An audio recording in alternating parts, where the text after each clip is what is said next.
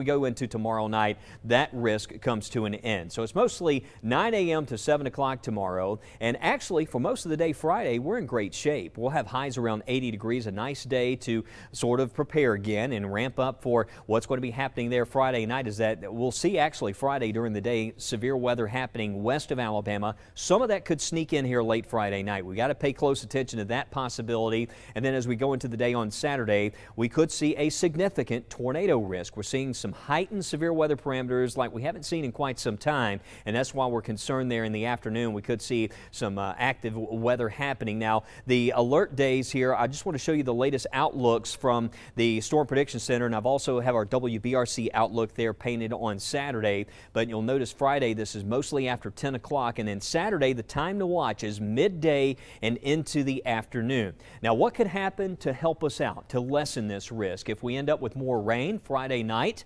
and into Saturday morning, that could help to limit the severe risk. Also, if we see some storms along the Gulf Coast, some coastal convection, that could happen. And I've seen many big events where it's looked like even a high risk, and we ended up with storms along the coast that helped to cut off that instability. Those are possibilities. So know the forecast could change, and hopefully we see it trend in that direction. But I know right now a lot of concern with this risk over the next few days. Just know we're going to stay on top of it, take it one step at a time here, and just be ready to go on Saturday for that possibility. And I would certainly adjust plans because at the least it's going to be a rainy, stormy day setting up by Saturday afternoon. But we're all over this. We're talking more about the long-range forecast and more. Right now, let's go to Lauren.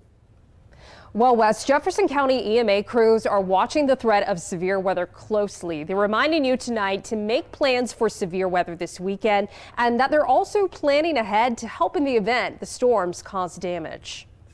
We started preparing our staff several days ago, and we will stay on top of things through the coming days. One major thing we do is we reach out to all of our public safety partners, and we have over 30 cities in Jefferson County. So we want to make sure that each city gets the information that we have. We're also hearing about what Marion County in West Alabama is doing to prepare for the severe threat. Marion County Interim EMA Director Blake Farley says his office is ready, including a team of 100 first responders. Today, since we've got a little bit of time ahead of time, starting to get with our county commission and our mayors and municipalities and our fire to start seeing what we may need, what downfalls or shortcomings there are that we need to go ahead and take care of now. And just so you know, the primary job of an EMA director is to make sure first responders have everything they need to help you in an emergency. That includes bottles of water, chainsaws, and generators. So we're talking so much about that severe threat, but let's get into the science of it. We want to be able to see what exactly those ingredients are that are going to be lining up for severe threat. So we're going to give you the weather lowdown on something called SLIM. I'm not talking about a slim figure. I'm talking about the severe ingredients we could see in the acronym for it. So as meteorologists, when we are forecasting for severe threat and we're going over the data and analyzing, we are looking at shear, lift, instability, and moisture. So here's the thing with this system. There's going to be plenty of wind shear. There is going to be lift in the atmosphere. There's going to be a low pressure system. There's going to be very robust winds higher up in the atmosphere that are going to help create lift and allow storms to grow taller and become more violent. And we also have plenty of instability. Now, this particular ingredient, instability, that storm fuel, is something we've been lacking in a lot of winter events. And you see that a lot of times with winter severe season. You don't have that instability to work with. So oftentimes if you see a tornado, it could be a weak one along a squall line, or you've heard us say before, a quasi-linear convective system. But there's going to be plenty of instability with this one. And there's also going to be a lot of moisture. It's going to be getting more humid, and we're already warmer. That warm air and that moist air can serve as instability, that fuel, to help these storms become stronger. So if we look at the checklist, right now it looks like we're going to have all the ingredients in place. And so as we look at the map here and see two of those severe ingredients mapped out, where you see the colors popping up here, that's the storm fuel, the instability. And where you see the arrows, this is showing winds at the surface in the red, and then the winds that are white that you see on the white arrows there, those are winds higher up, about 18 18,000 feet up into the atmosphere. When you get wind shear, winds are moving in different directions or at different speeds as you go up in height, and that can allow rotation to occur. So here's our first threat for tomorrow. We're going to be having some unstable air in place, and there will be some wind shear, but our primary threats tomorrow look to be strong wind gusts and the possibility of hail. As Wes was saying, this is one of those situations where it almost looks more like a summertime event or late spring, early summer event for tomorrow. And then Friday, we have to go into the overnight hours. Most of Friday will be quiet, but notice here, you see that yellow and green showing up. We're beginning to see more storm fuel, that available energy in the atmosphere to make storms more robust. And what is concerning about this, we're hoping for a situation where you get this rain to develop along the coast, and as Wes was saying, that cuts off the inflow. But if you get these discrete cells to develop ahead of the main line, they don't have anything to compete with. They can tap into this energy, that warm, moist air coming in from the Gulf, and that can help these storms to grow and possibly become more dangerous. So we're going to keep a close eye on this. It really looks like right now that main window, that main time that the ingredients are going to be maximized will be Saturday afternoon. So that's why we have first alert weather days in place for the next few days, and we'll continue to analyze it for you. Tania? Thanks, Lauren. Well, the city of Centerville in Bibb County has a new tornado shelter to keep you safe during the storms. It's along Highway 382 right in front of the bus shop the Board of Education uses. The walls are almost an inch thick and it's bolted into a solid concrete base. And get this, it can hold up to 90 people, which is so great. And it's a great location for you to have on your tornado shelter list if you're in that area. And get this too, we're told it's ready to open for this weekend's storms as they turn severe. So one of the main things we always stress is being able to identify your nearest storm shelter, or if you have a safe place in your home, be able to identify where exactly you need to go in your home to be safe. So let's kind of break down what we like to call our severe weather checklist, right? Number one, you want to make sure you have multiple ways to receive weather information. Yes, that cell phone, but also a NOAA weather radio goes just hand in hand. It goes handy because it's another device that you can use to get those important alerts using the First Alert Weather app on your phone. Because what good is your phone if you don't have an app on it to give you tornado warning alerts, severe thunderstorm warning alerts? You need a specific app, and our app will give you those alerts for your exact location. Charge those devices and secure those loose outdoor objects. As a matter of fact, you can do that right now. Here's another quick look at what your safe place might look like in your own home. Interior room or the lowest level is always a safe option. Make sure you can identify what bathroom in your home might be the safest as well. But we're going to continue to keep you informed and prepared throughout the rest of this week. Lauren? Well, Tania, a rare phenomenon is happening in the sky tomorrow night. What do you need to know about the lunar eclipse and what it could stop you from seeing?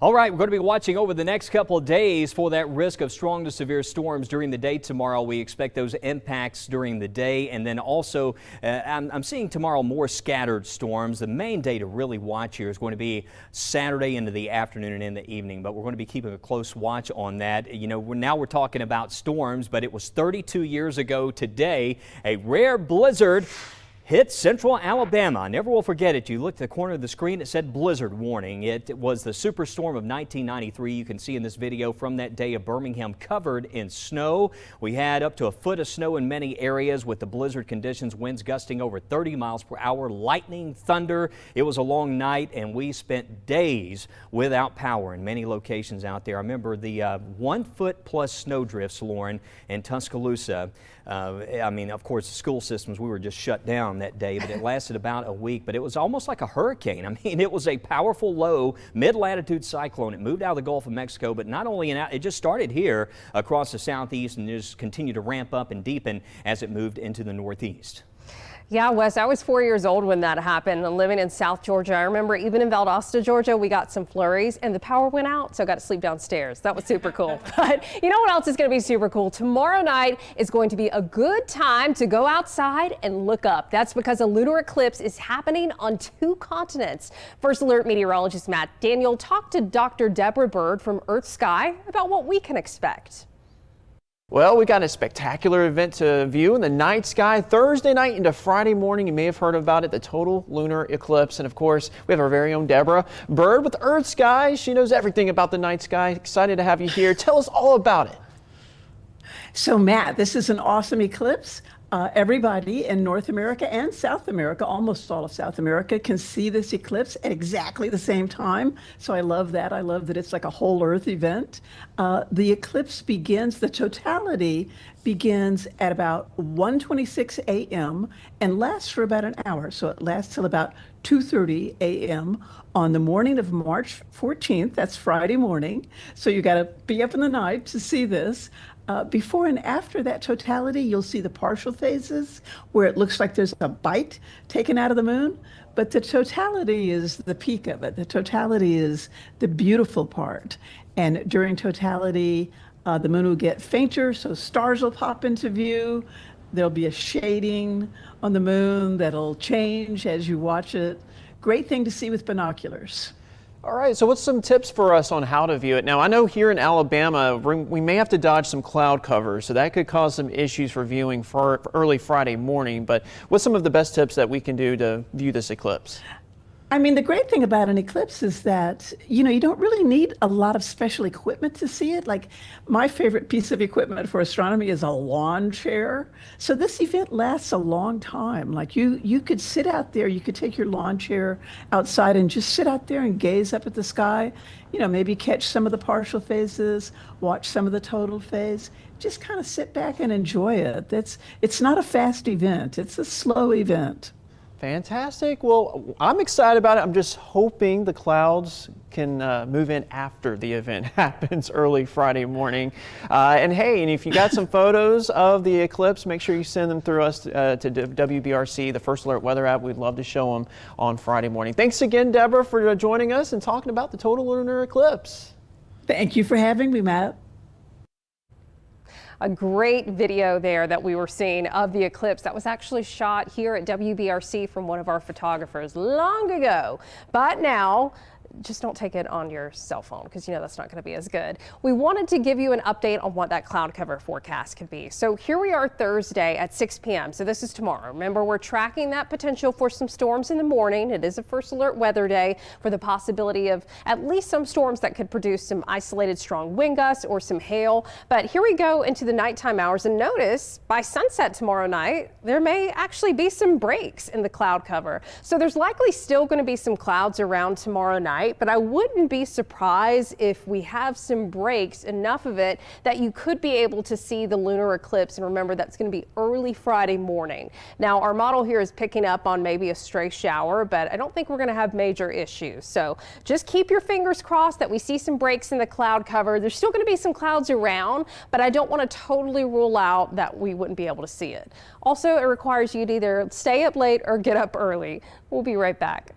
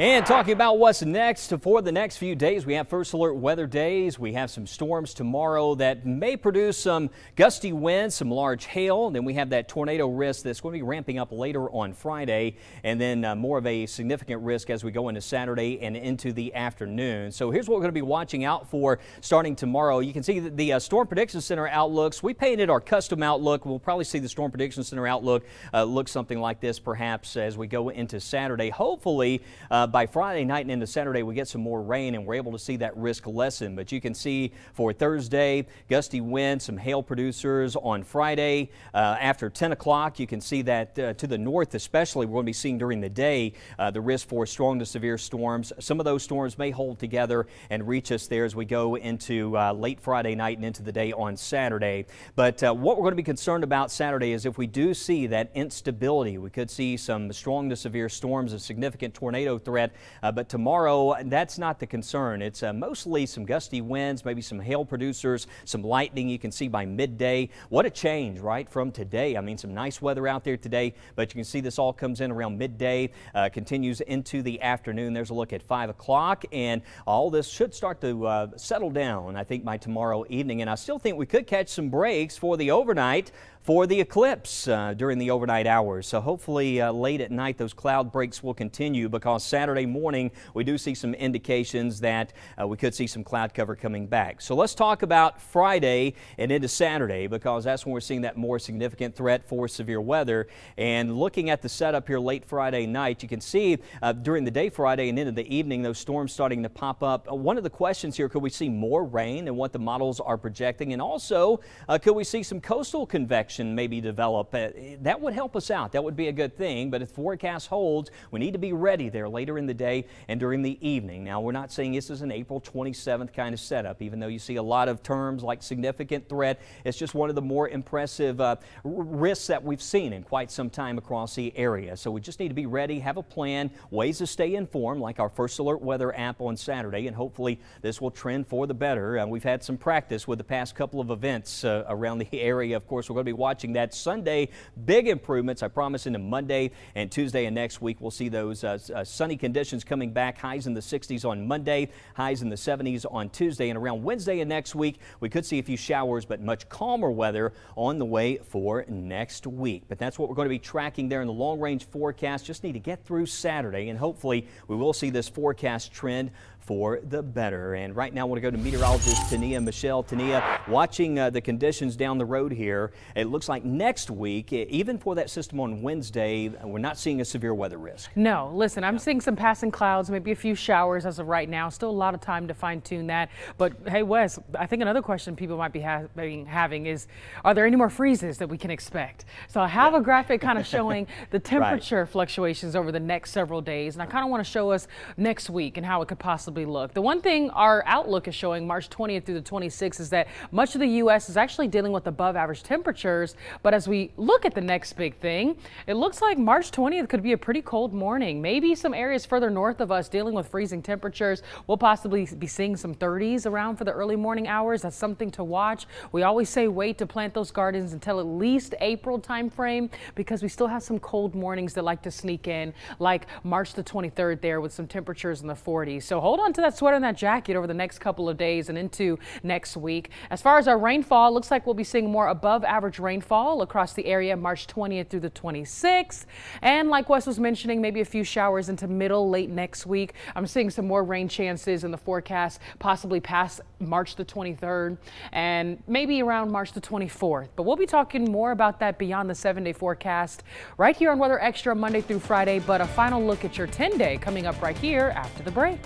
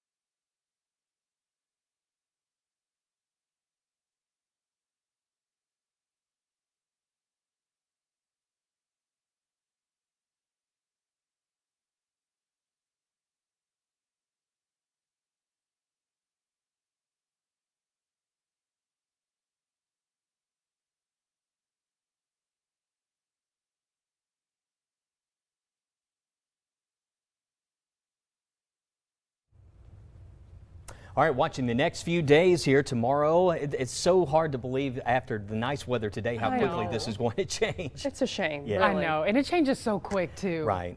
and that's why, this forecast, I mean, up until the last minute, we could see this severe risk hopefully back off as we Hope go into so. the weekend. But listen, we'll be ready. We'll be watching this, taking it, as I mentioned, one step at a time. But by Sunday, big improvements. And then in the next week, it looks like finally things settle down for a while. I know. We're looking forward to that. Looks like a quiet St. Patrick's Day. Right, exactly. I just know there were a lot of St. Patrick's Day events ahead of time I this know, weekend. the weekend. So, yeah, I'm telling you, it is better to be safe than sorry. If you have Yeah. plans, Stay get a at backup home. plan. Yeah. Know that safe space. Y'all know, we're not playing around with Saturday. All right, we'll be watching it for you. Lots of updates tonight. Again, join us first at 9.